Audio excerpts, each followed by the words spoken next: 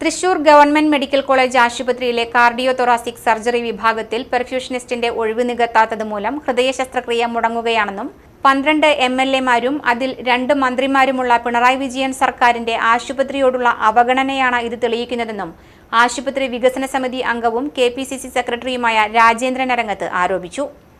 തൃശൂർ, പാലക്കാട്, മലപ്പുറം ജില്ലകളിലെ 10,000-കണക്കിന് പാവപ്പെട്ട രോഗികളുടെ ഏക ആശ്രയമായ ഈ ആശുപത്രിയിൽ പല ഡിപ്പാർട്ട്മെന്റുകളിലും തലവന്മാരില്ലാത്ത അവസ്ഥയാണ്. ഗ്യാസ്ട്രോളജി വിഭാഗത്തിൽ വേണ്ടത്ര ഡോക്ടർമാർ ഇല്ലാത്തതിനാൽ OPയിൽ 250 രോഗികളെ മാത്രമേ പരിശോധിക്കുന്നുള്ളൂ. യൂറോളജി വിഭാഗത്തിലും ഇതേ അവസ്ഥ തന്നെയാണ്. കാർഡിയോ തൊറാസിക് സർജറി വിഭാഗത്തിൽ നിലവിലുണ്ടായിരുന്ന പെർഫ്യൂഷനിസ്റ്റിന് പകരം സംവിധാനം ഉറപ്പാക്കാതെ വിദേശത്ത് പോകാൻ തിരക്കിട്ട് അനുമതി നൽകിയത് സർക്കാർ അവഗണനയുടെ ഏറ്റവും ഒടുവിലത്തെ ഉദാഹരണമാണ്.